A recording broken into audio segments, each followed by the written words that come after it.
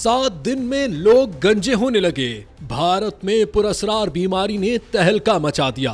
भारत में तेजी से बाल गिरने वाली, हत्ता के दिनों में गंजा कर देने वाली पुरस्रार बीमारी ने लोगों को परेशानी में मुब्तला कर दिया। भारतीय मीडिया रिपोर्ट्स के मुताबिक पुरस्रार बीमारी में रियासत महाराष्ट्र के जिला बुल्ढाना के 3 गांव के 50 से ज्यादा अफराद मुब्तला हो गए, जिनके बाल तेजी से गिरने लगे हैं और लोग हफ्ते भर में गंजे हो रहे हैं। जिला बुल्ढाना के 3 गांव बोरगांव, कलोद और हंगना इस बीमारी से मुतासर हैं। मुतासर अफराद का बताना है कि गुज़िश्ता कई रोज से गांव के मर्दों खवातीन के बाल तेजी से झड़ रहे हैं और एक बार जब ये बाल गिरना शुरू हो जाएं तो एक हफ्ते के अंदर इंसान गंजा हो जाता है।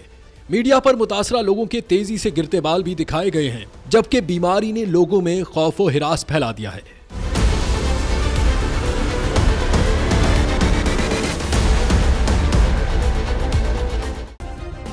सब्सक्राइब करें और बेल दबाएं ताकि कोई खबर रह न जाए।